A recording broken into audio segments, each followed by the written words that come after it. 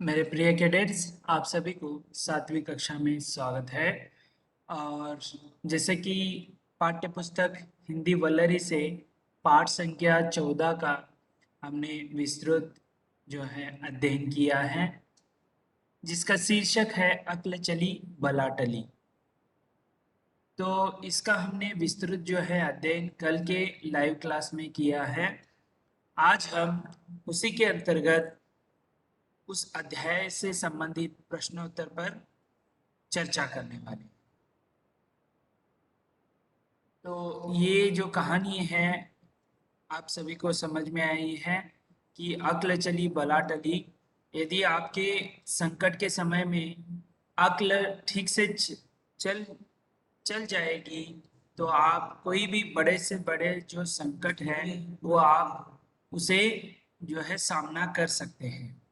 और एक बात, इस कहानी के माध्यम से हमें जो है ले सकते हैं जो अंश, वो है एकता में बल है। और किस तरह एकता में बल है वह कार्य जो है कबूतरों द्वारा किया गया है। तो इस पाठ में आप सभी देख चुके हैं। तो चलिए, किस तरह वो जाल में फंस जाते हैं, उसके बाद जो बूढ़ा कबूतर है वो किस तरह उनको एक साथ उड़ने के लिए कहता है और एक साथ जो है जोर लगाकर सभी उड़ते हैं, तो जाल भी जो है उनके साथ उठ जाता है और दूर कहीं दूसरे स्थल पर जाकर जो है बूढ़ा कबूतर ने एक जो उसका मित्र जो चूहा था उसे बुलाकर जो है जाल को काट देता है और सभी कबूतर जो है आजाद हो जाते हैं और चूहे को जो है धन्यवाद अर्पण करते हैं। तो चलिए, प्रश्नोत्तर पर आप ध्यान देंगे। तो अभ्यास भाग में देखिए, पीपल का पेड़ कहाँ था। तो इसका उत्तर इस प्रकार है, जंगल में एक पीपल का पेड़ था। कहाँ था? जंगल। क्योंकि मैंने साइड में जो है पहले वीडियो जब इसके संबंधित प्रश्नोत्तर बनाया था उस समय इसके प्रश्न सहित उत्तर को हमने पीपीटी के जरिए देखा था। आज जो है केवल हम जो है चर्चा करेंगे, ठीक है। पीपल का पेड़ कहाँ था? पीपल का पेड़ जंगल में था, ठीक है। दूसरा प्रश्न है, कबूतर दिन भर क्यों घूमते थे? ठीक है, कबूतर दिन भर क्यों घूमते थे? तो इसका उत्तर होगा, भोजन की खोज में कबूतर जो है दिन भर घूमते थे, ठीक है। इस तरह उत्तर जो है आप लिखना है। अगला प्रश्न है तीसरा, वे रात भर कहाँ आराम करते थे? तो इसका उत्तर इस प्रकार है, वे रात भर पीपल के पेड़ पर जो है आराम करते थे, ठीक है। इस तरह उत्तर आपको लिखना है। चौथा प्रश्न है, कबूतरों को धरती पर क्या दिखाई पड़ा? तो हमेशा की तरह वो भी भोजन की खोज में निकलते थे। तो देखिए, इसका उत्तर इस प्रकार है, कबूतरों को धरती पर बहुत सारे दाने बिखरे हुए दिखाई पड़ा, ठीक है। दिखाई पड़े ऐसे लिखना है, बहुत सारे दाने होने के कारण दिखाई पड़े। तो पांचवा प्रश्न है, जाल किसने बिछाया था? तो इसका उत्तर है, इस तरह लिखा जाता है, जाल बहेलिया ने बिछाया था। बहेलिया यानी चिड़मार को जो है बहेलिया कहते हैं। तो अगला प्रश्न है, छठा प्रश्न, क्या बूढ़ा कबूतर भी जाल में फंस गया? तो इसका उत्तर है, बूढ़ा कबूतर जाल में नहीं फंसा, क्योंकि वह जो है उसका उम्र जो है ज्यादा है और उसके साथ साथ उसे अनुभव भी जो है ज्यादा है। तो सातवां प्रश्न है, बूढ़े कबूतर का मित्र कौन था? तो बूढ़े कबूतर का मित्र कौन था? तो इसका उत्तर इस प्रकार लिखा जाता है, बूढ़े कबूतर का मित्र चूहा था। इस तरह आपको उत्तर एक वाक्य में जो है देना पड़ेगा। तो 8वां प्रश्न है, कबूतरों की मदद किसने की? तो वहां पर जो जाल काटकर जो मदद की है, तो उसका जो श्रेय जो है वो चूहे को जाता है। तो इसका उत्तर इस प्रकार है, कबूतरों की मदद चूहे ने की। ठीक है, इस तरह आप उत्तर जो है लिख सकते हैं। 9वां प्रश्न है, इस पाठ से हमें क्या सीख मिलती है? इस पाठ से हमें क्या सीख मिलती है? कि एकता में बल होता है। ठीक है, तभी तो जाकर वो एक साथ बल लगाकर जो है उड़ जाते हैं और बहेलिए से कहीं दूर निकल जाते हैं। तो अपने जान प्राणों की जो है रक्षा जो है करते हैं जब सब एकजुट होकर उड़ने लगते हैं। ठीक है, तो अगला प्रश्न है, 2-3 वाक्यों में उत्तर लिखो। देखिए, कबूतर दाना खाने जाते तो बूढ़े कबूतर ने उनको क्यों रोका? एक तो इसका उत्तर आप जो है अपने शब्दों में भी लिख सकते हैं। कबूतर, बूढ़ा कबूतर जो है बहुत ही अनुभवशाली था और इतने सारे दाने जो हैं धरती पर बिखरे हुए, वे कभी भी अ, गत वर्ष में नहीं देखा था। तो यह कोई चाल होगी, ऐसे बूढ़ा कबूतर को लगता था। इसीलिए अ, वो अन्य कबूतर जो उसके से भी कम अनुभवी जो कबूतर है, उनको वो क्या कर रहा था? रोक रहा था कि ये कोई जाल हो सकता है, ये कोई चाल हो सकता है। इस तरह तो इसका उत्तर आप ऐसे अपने शब्दों में लिख सकते हैं। तो दूसरा प्रश्न है, कबूतर जाल में क्यों फंस गए? तो देखिए, आप जो है इसे किस तरह लिखना है? हर हर दिन की तरह जो है कबूतर सारे कबूतर भोजन की खोज में निकलते हैं। तो उसमें से एक छोटा कबूतर जो है बहुत सारे दाने बिखरे हुए जमीन पर देखता है। तो अन्य कबूतर भी उसकी बात सुनकर नीचे उतरते हैं। बूढ़े कबूतर ने वहां न जाने की सलाह दी, फिर भी वे न मानते हुए दाने खाने के लिए जमीन पर उतर गए और इस तरह खाने के लालच में आकर जो है कबूतर जाल में फंस गए। इस तरह आप उत्तर जो है लिख सकते हैं। तीसरा प्रश्न है, चूहे ने कबूतरों की मदद किस प्रकार की? जब जाल में फंस जाते हैं बूढ़े कबूतर ने, इसका उत्तर इस प्रकार है, जो जाल में फंस जाते हैं तो बूढ़े कबूतर ने क्या किया? उन्हें सलाह दी कि एकता में बल होती है, एक साथ यहाँ से उड़ चलेंगे। तो सभी ने एकजुट होकर जो है प्रयास किया और वो उड़ने में सफल हुए। वहां से वो कहीं दूर तक जो है एक चट्टान पर आ गए और वहां पर जो है बूढ़े कबूतर का जो मित्र था चूहे, उसे चूहा को बुला कर लाया और उसके नोकीले जो दांत होते हैं उससे ये पूरे जाल को काट दिया और कबूतरों को आजाद किया। इस तरह चूहे ने जो है मदद की है। ऐसे आप लिखना है। तो चलिए आगे देखेंगे।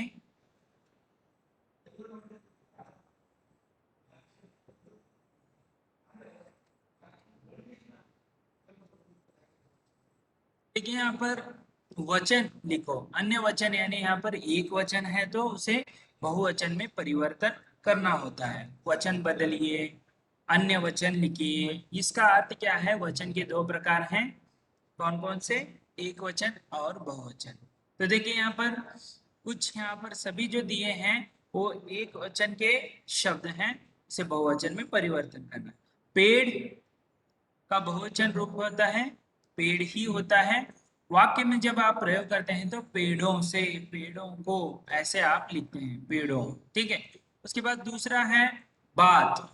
बात का जो बहुवचन रूप है बातें। ठीक है, तो उसके बाद कबूतर, इसे कबूतर ही कहते हैं।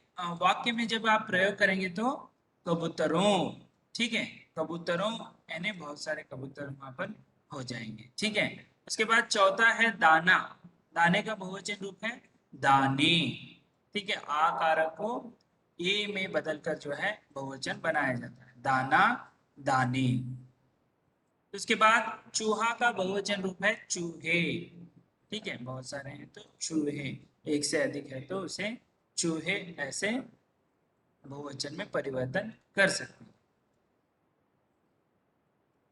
तो देखिए अगला यहाँ पर है विलोम शब्द लिखो, ठीक है, विलोम शब्दों को आपको लिखना है। जैसे यहाँ पर देखिए एकता का विलोम शब्द होगा अनेकता, एकता का विलोम शब्द है अनेकता।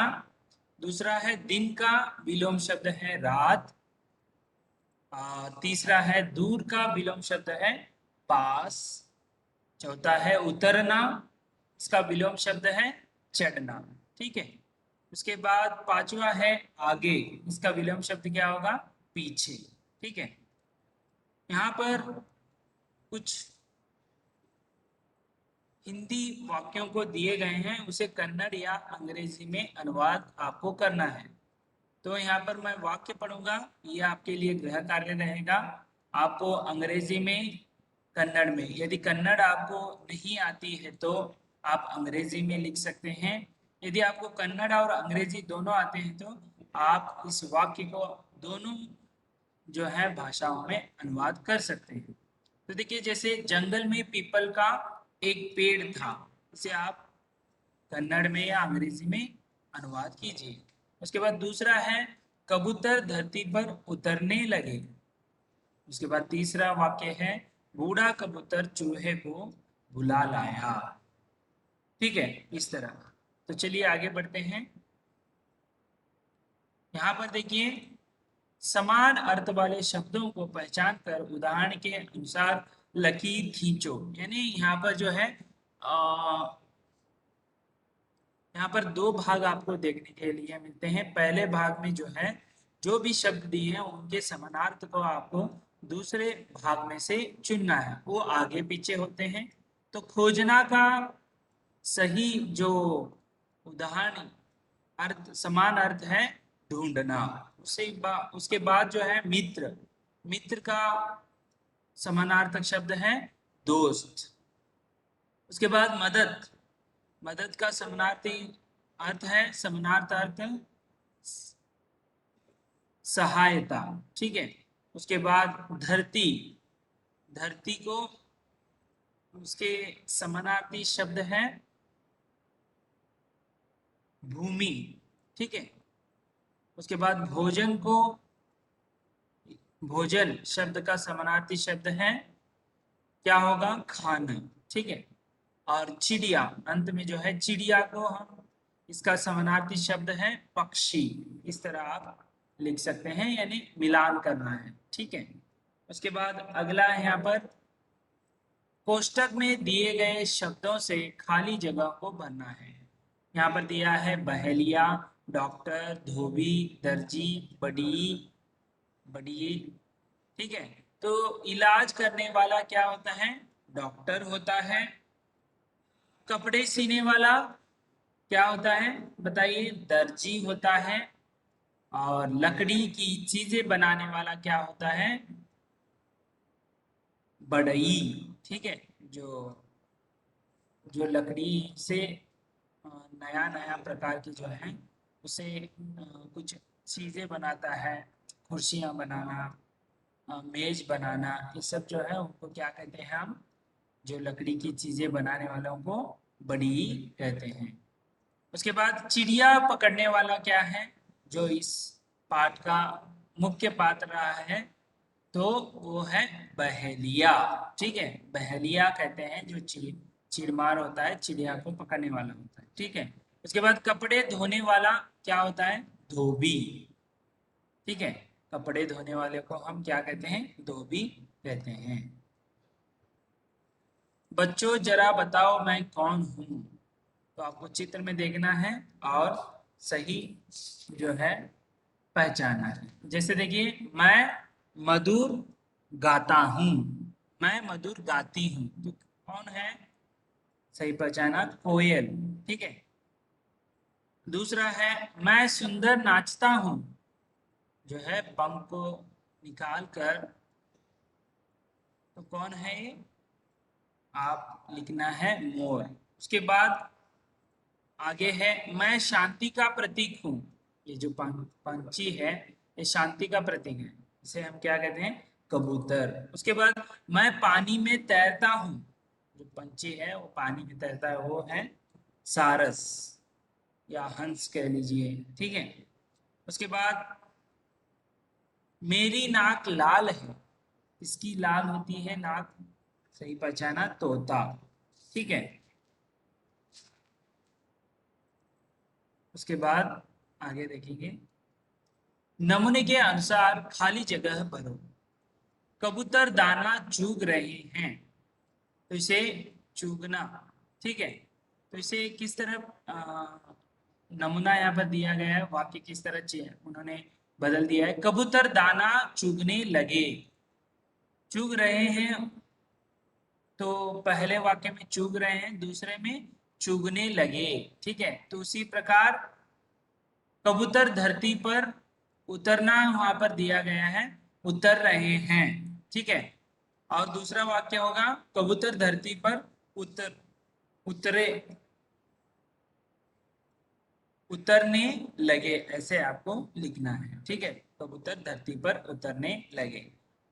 काटना है, देखिए दूसरा वाक्य में चूहे जाल काटने काट रहे हैं। ठीक है। चूहे जाल काट रहे हैं, चूहे जाल काटने लगे। ठीक है। दो तरह जो है वाक्य आप बनाना है।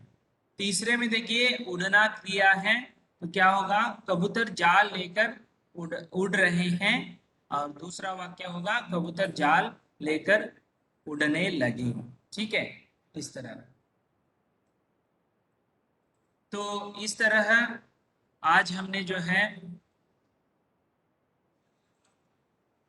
पाठ संख्या 14, जिसका शीर्षक था अक्ल चली बला टली, का हमने संक्षिप्त विवरण करते हुए उस पाठ के संबंधित प्रश्नोत्तर पर भी हमने विस्तृत जो है अध्ययन किया।